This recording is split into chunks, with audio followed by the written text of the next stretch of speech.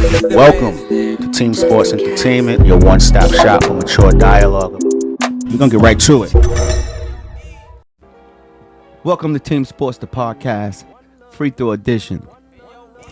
Today I want to talk to you about the New York Knicks fans and their passion for their team.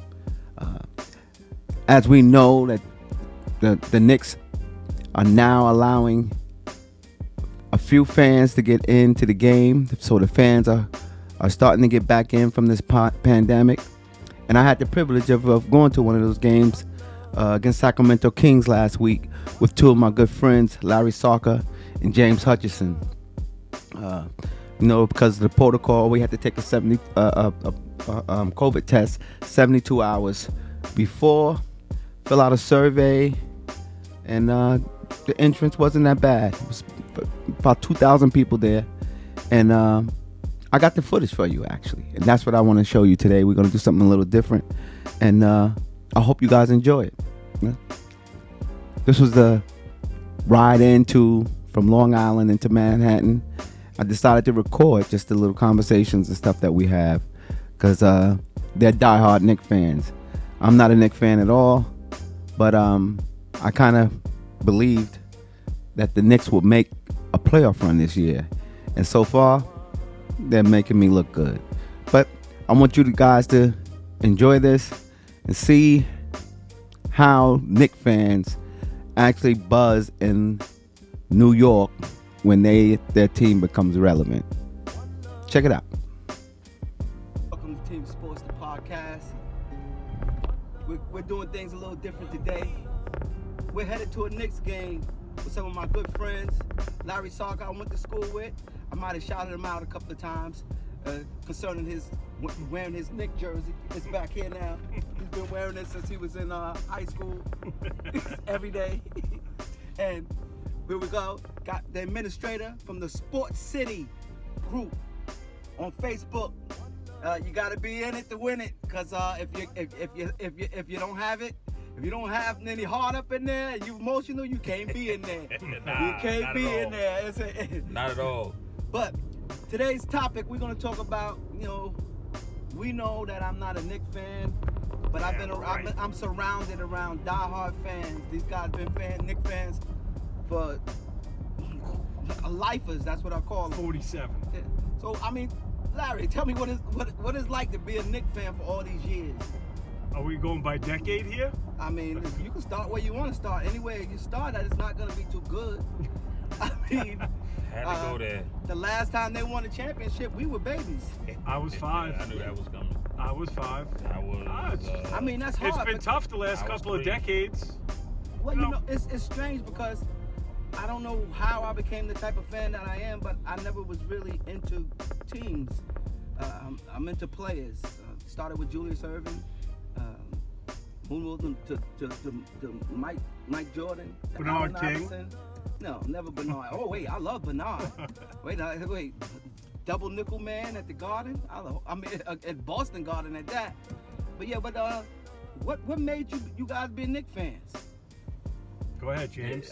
My uncle John Hutchison, man, was a diehard Knicks fan. He was a Dallas fan, man, and Walt Clyde Frazier was one of his favorite players. I remember being 8 years old, watching them dudes play, man. I never really played the sport of basketball. I played football, but I just always been a Knicks fan. You know what I'm saying? Shit, I was a Knicks fan when they was buried halfway on 8th Avenue, boy. So, and I'm still a Knicks fan. You know what I'm saying? One of my favorite players got traded from the Knicks, Patrick Ewing. I was thinking about leaving the Knicks whole organization, but I stuck, man. I stuck and stayed around, man. Well, you should have left after Bernard King got treated the way he did. Yeah, absolutely. They treated him horrible. I always believed that Ewing and Bernard should have been playing together. I think that would have been a dynamic group right there. Absolutely. Yeah. Absolutely. They never gave Bernard the help he needed, and then they did the same thing with Ewing. Never gave him the help he needed. Same thing when they traded away Rod Strickland, man. You know what I'm saying? That dude, I loved him. You know what I'm saying? But he wasn't a real Knick. Yeah, but Rod Strickland wasn't a real Knick? I love Rod Strickland, man. I love Rod Strickland. We may be Knicks fans and differ on opinion about players, but Rod Strickland was one of my, you know what I'm saying, that was one of my favorite Knicks too. You know what I'm saying? He didn't last long. It just seems like when some of these GMs come along and just be having personal beef with these players, man. And I just think, you know, Dolan being the owner of that team, man, if he don't go somewhere and crawl under a rock, I still think, you know what I'm saying, it's still hazy days, you know what I'm saying. I think he still got his hand in with Leon Rose. As much as I don't want to believe that, I still think he got his hand in with Leon Who's that? Rose. Dolan, the owner. Your uncle. Yeah, he's got to go. He's got to sell a team. He's got to sell a team, man. I wish his brother ran the team. How long you been a Knicks fan, Larry? Well, I remember watching it when I was 5 years old. I believe it was on Channel 9, you know, with those old TVs with the rabbit ears. And I believe SWAT came on, the show SWAT. And then the Knicks games, I remember, I believe it was Saturday nights. Little Ernie Grunfeld, back in the day with that garbage mustache of his. And I've been watching them ever since.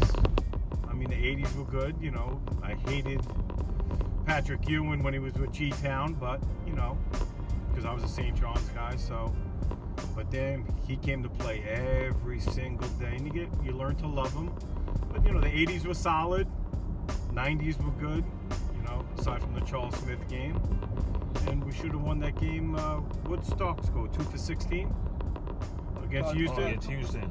2 for 17. One of those, and that should have been our year. But I've been following them ever since. I could say 1973. The last time they what, Al? The last time they won a championship? Yeah, we were babies, so I don't even remember that. Yeah, well, I think I got you by a year, or you got me by 2. I was born in 69. Oh, I was born 68. See, I was gonna lie there, but that's all right. But and then now, you know, and I think, and I hate to say it, Isaiah gave up the picks for. Oh my God. And was it Eddie Curry? No, Sweetney and. Well, they picked him. He was from Georgetown. I think they picked him early. Hold on a second. I didn't believe that Isaiah did such a bad job. The media kind of deceived you guys, I believe, because if you look at the players that he had, they were young, and the media, you know, because they wasn't winning, the media yelled and screamed, and they had it out for Isaiah, and we began to believe the narrative. But when you look at those players, every last one of those players, they got traded away, and they were all effective and great players on that team that they went to. Well, New York has always been, you know, they let you go quick. If you ain't doing it and doing it well right away, you know, same thing with the Mets. They don't give these guys a chance, and then when, like you said, when they seem to leave, they start tearing it up. But I blame it on Isaiah. I don't care what Alan says. I blame most of it on Isaiah. I mean, it was almost like when even him going after Eddie Curry. When he went after Eddie Curry, everybody wanted Eddie Curry. Right, but and he just turned out to be a bust. Yeah, agreed. You know, when he came to the Knicks, he was a bust. But like, you know, I think he had one good year with us. But it's just almost like when LeBron went to Cleveland, when Dan Gilbert and them didn't want to put nobody around him. They put guys like Carlos Snow and people like that around him. But then when he went someplace else, I mean, he went to the Miami Heat. He went to where he thought he could win at. You know what I'm saying? These are the type of games that you worry about when you're dealing with the Knicks, because they come to play the teams that they get upset, but the teams that they're supposed to beat. Right, we don't beat them. They don't beat them. We could be over 500 right now, but like you said, playing down to the competition. Well, I'm not gonna say playing down, because if you ask me, the Knicks is really not that good. They don't have the players, the star players that they need.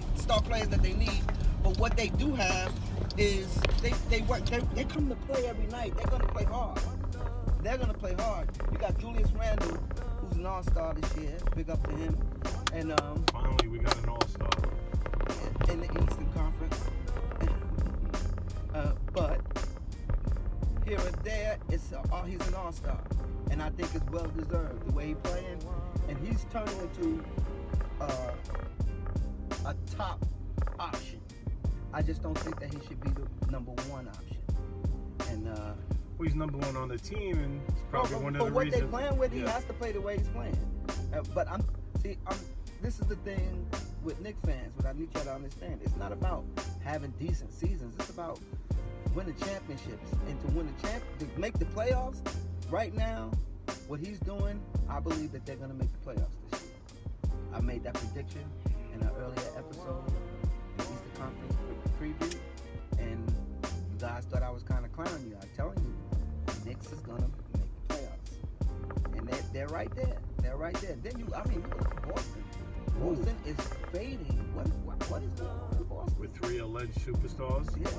Come on. They're spending a lot of money over there to be dropping all those games they're dropping. Well, we'll see what happens, but I think we're on a 3-4 game win streak. And we'll move up the ladder in the playoff standings. Get on top, one team at a time. I'd like to see a nice... I can't see us going above a 5 seed if we go on. Who are you looking forward to seeing tonight? Randle. That's it? Not IQ?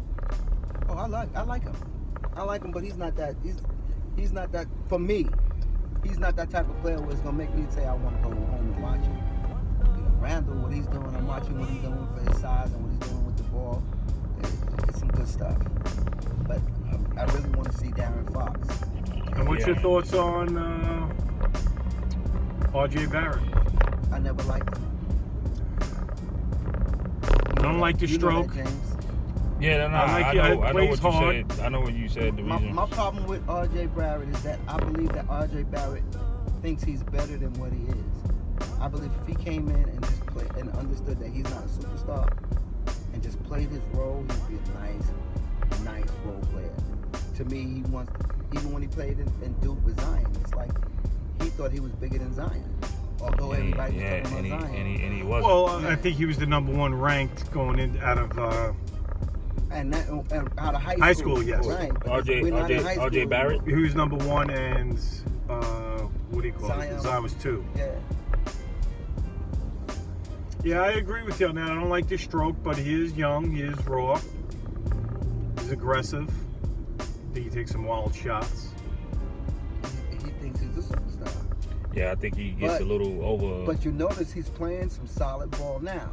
And the reason why, and this is the reason why I have a little faith in the Knicks, because his coach, Tibbs don't play that nonsense. You're going to play the way he wants you to play. Or you're on the pond. Or you're on the pond. As simple as that. So we're looking forward to this game tonight. Alan and his nephew are doing a great job. And trust me, this is just us being nice to each other. Because when the camera goes off, it's on. We're gonna give you a little piece of that. We'll give it a little bit. We've known each other 35 plus, so we could talk. We all childhood friends. And see my boy over here driving. That's the new name, Slapnuts. You had to throw that in. You probably was sitting there for 10 minutes just thinking. Yeah, just thinking about saying that. But we. Like I said, Mr. Slap Nuts to you. We down. People in Sports City think. It's gonna be a nice night, Alan. Very nice night. Welcome back. I hope you guys enjoyed that. That's being a little cordial, right there. And I tell you, the game was very interesting. It was exciting. Immanuel Quickley, he really played a great game to be a rookie, and the Knicks actually played a great game that was pretty impressive. It was exciting, especially being back in the Garden. And me, I was basically more of just checking out the environment and seeing the energy and the passion that the Knicks fans have. They're really passionate about this team, I tell you, and they're excited because in that game, that Sacramento game, by them winning that game, they became a 500 team. I believe at the time they were sitting at the 7th seed or something like that. And since then, they actually had another game that they won against Orlando Magic, and that made them one game over 500 and moved them up to the 4th seed. And I tell you, after leaving the Garden that night, they stepped outside and and the energy that was outside the building was unbelievable. You would have thought that the Knicks had just advanced to the second round in the playoffs or won a championship. I mean, the fans were outside screaming, it was high-fiving, it was, Knicks, Knicks, Knicks, Knicks tape, screaming. And you would have thought that the Knicks had actually won a championship. But these fans were actually celebrating the simple fact of being a 500 team and sitting in a top seed, well, the top 8 seed. At the time it was 7th, and now we know it's the 4th seed that they are sitting at right now. If the season had ended today, that's where they would be, a 4th seed. Now, keeping it correct that what I believe that the Knicks will make a playoff run for the reasons that I'm just going to keep repeating. Tibbs is a coach that as long as he don't burn himself out with the players, and they keep listening to him, they're going to play hard, and they're going to play defense. And if you don't, repeat it, Tibbs will sit you down.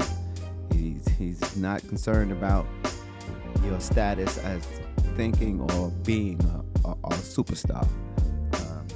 And basically, he teach you how to play the game and win it. And but the Knicks fans, the energy is unbelievable. I got a little clip of them outside the Garden at night. I just want to share it with you so that because I can't explain this. You have to actually see it. So here we go.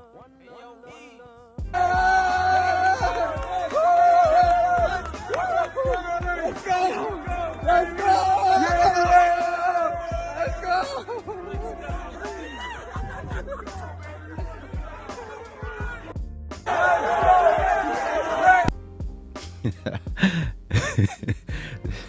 There you have it. I tell you, you would have thought they won a championship, right? But I can understand that they always say that the NBA is a greater league when New York is relevant, and I guess you can see why, because they bring more intense, passionate fans to the game. So I just wanted to share that with you guys. I hope you enjoyed it as much as I did being there. But it's time for me to go. And y'all have a good day. Peace. I'll see you soon.